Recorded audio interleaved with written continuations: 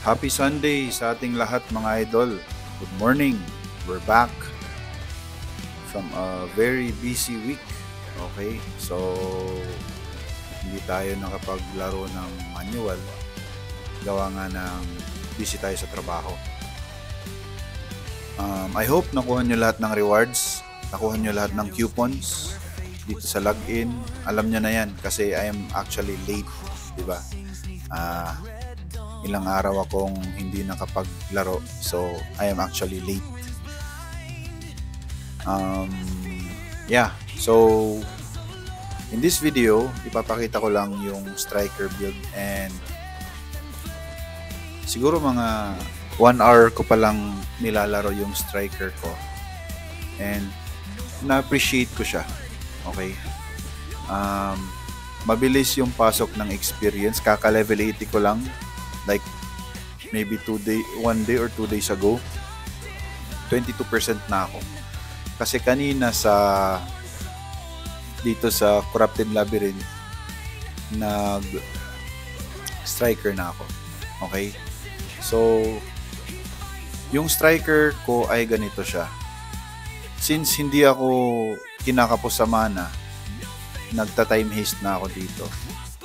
Pero pwede din siyang gawing life tap, Chan, and then Terenos, and then Kalyons. But dito hunting strategy ako kasi sa defense power, and then skill damage na bigay ng Power of Darkness. Now if in situations na talagang hirap pa tayo sa mana, dito yung bagong mount nagiging handy, si Blizzard. Si Blizzard kasi meron siyang MP recovery by 30 during battle. So, mataas yung MP recovery niya na bigay. But yun nako-compromise yung defense ko. Tignan yung mas tumaas yung damage ng monsters. So, babalik ko lang. Kasi okay naman. Hindi naman ako kinakapos sa mana. And then, very simple lang din yung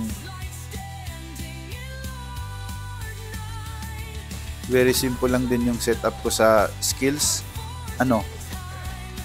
Gather Prey, Random Altered Crossbow, Load Special Arrow, Annihilation, and Scatter Shot. Yun lang yung gamit ko. And then yung secondary ako na skills, yung lahat ng AOE or Area of Effect, yung tinatamaan. Yan. So this is actually a video na in response kay Sir Yox Gaming 3875. Sabi niya, "Boss, ano ba yung magandang ability para sa staff? Thank you in advance." So for ability, boss, I think dito pa rin ako mag-i-stick sa Terenos Power and then Kalyons. Now, what I would do is dun lang ako sa monster na maliit yung damage sa akin, na hindi na overpower yung character ko, na to the point na either mabilis maubos yung potion ko or talagang namamatay ako na hindi ko siya pwedeng iwanan na AFK. So for example, level 80 na ako ngayon. Yung monsters dito sa Darkwood ay 75 to 78 lang. Relatively lower siya kasi hindi ako makunat. And ginamit ko yung cloth ko for more magic defense.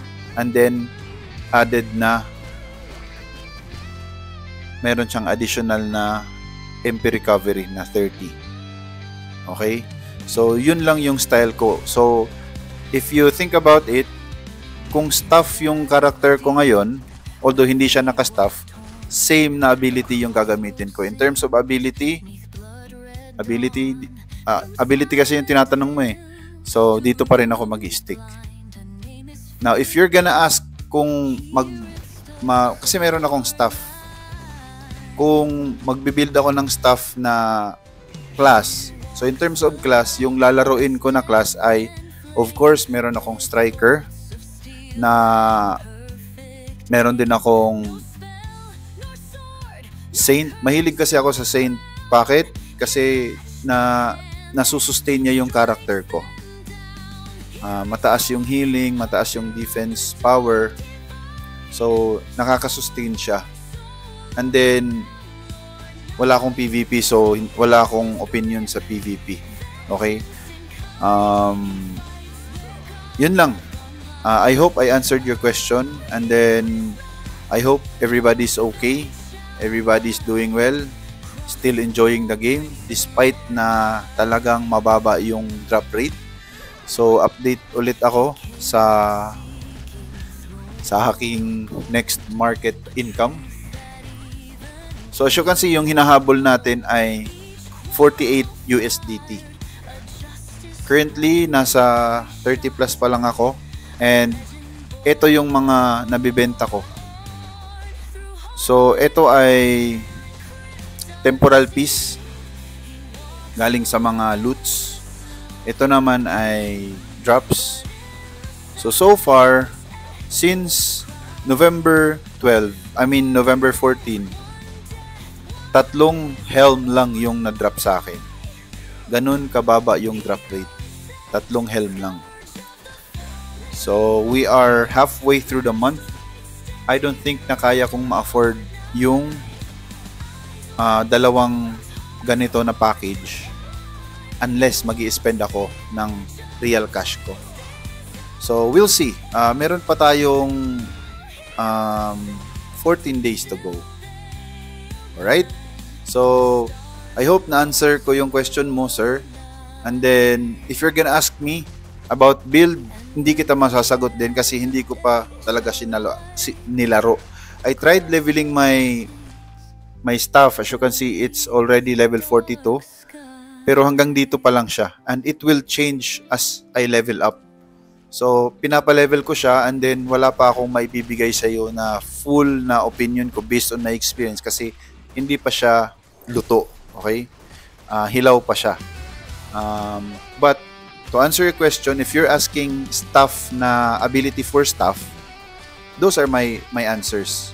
Number 1, ability na Terenos and Kalyons, and I would farm lower level monsters. And then for single target, I would still pick Hunter with the same abilities na naka Sekreta and then naka Weapon of Darkness. For me, okay? So if merong ibang viewers dito na magaling sa staff, feel free to fill me in with information or give your comments kasi never pa talaga akong naglaro ng staff. Even with the other games, I always pick either a warrior or a hunter, yung naka-bow. So, this is going to be the first time na maglalaro ako ng staff kasi eventually explore ko din naman kung ano yung mga other weapons or ano yung what it's like kung paano maglaro being staff. Is it really more farming efficient? Can staff really farm faster than crossbow or ano? Kasi dito ngayon sa crossbow ko, I am really satisfied. Skill damage wise ko is 54% na.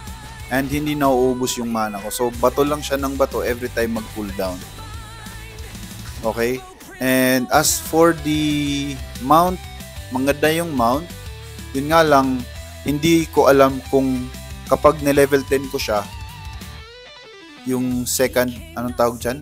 Yung itong Saddle of Blizzard, magiging 35 lang siya. So parang sayang naman kung 5 lang yung maidadagdag niya.